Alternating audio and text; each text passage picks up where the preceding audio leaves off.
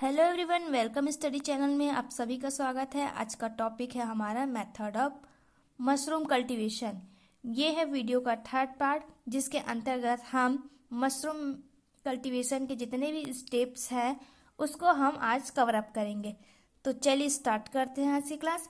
तो सबसे पहला स्टेप है कंपोस्टिंग तैयार करेंगे। कंपोस्टिंग प्रिपरेशन यानी कि यहाँ पे सबसे पहले हम खाद बनाने के लिए गेहूं, धान के भूसे और बहुत सारे जो फसल हैं उसके भूसे भी ले सकते हैं। साथ ही साथ मुर्गी की खाद, ऑर्गेनिक एंड इनऑर्गेनिक जो कंपोस्ट होते हैं उसको हम एक निश्चित रेशियो पर मिला देते हैं। इस तरह से हम कंपोस्ट जो है तैयार करते हैं, जिसका टेम्परेचर जो होता है 50 सेल्सियस होता है। ये खाद जैसे तैयार हो जाते हैं उसको हम फिर 1 सप्ताह के लिए बिना किसी छेड़छाड़ के किसी जगह पर हम रख देते हैं, व्यवस्थित कर देते हैं फिर कंपोस्ट को। तो इस तरह से बनता है हमारा कंपोस्ट। सेकेंड मेथड है स्पॉनिंग। स्पॉनिंग एक प्रकार का सीड है जो कि खाद जैसे हमारा तैयार हो जाता है उसके बाद हम मशरूम के माइसीलियम को कंपोस्ट के ढेर में हम मिला देते हैं। मिलाने के पश्चात जो है फिर 2 से 3 दिनों के लिए हम फिर उसे छोड़ देते हैं। क्यों? क्योंकि वो माइसीलियम जो है वो जर्मिनेट हो और धीरे धीरे अपना जो माइसीलियम है पूरी तरह से जितने भी कंपोस्ट खाद की हम बैग्स रखते हैं, बैग रखते हैं, उसी के अंदर पूरी तरह से ये माइसीलियम जो है फैल जाए, जिससे जो है मशरूम बनना स्टार्ट हो जाए। तो इस तरह से ये होता है स्पॉनिंग मेथड। फिर है कासिंग। कासिंग जो है एक प्रकार का लेयर है जो कि मशरूम कल्टीवेशन का सबसे महत्वपूर्ण स्टेप है, जिसमें हम कंपोस्ट खाद जो बनाए रहते हैं उसके ऊपर हम मिट्टी का एक लेयर जो है फैला देते हैं।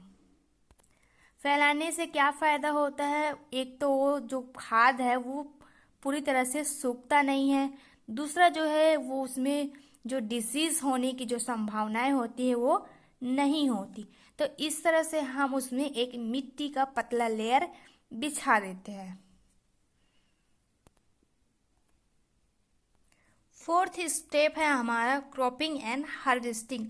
अब जैसे ही धीरे धीरे हमारा जो मशरूम है वो डेवलप्ड होना शुरू होने लगता है तो उसके कुछ अर्ली स्टेप यहाँ पे आपको दिखाई देंगे।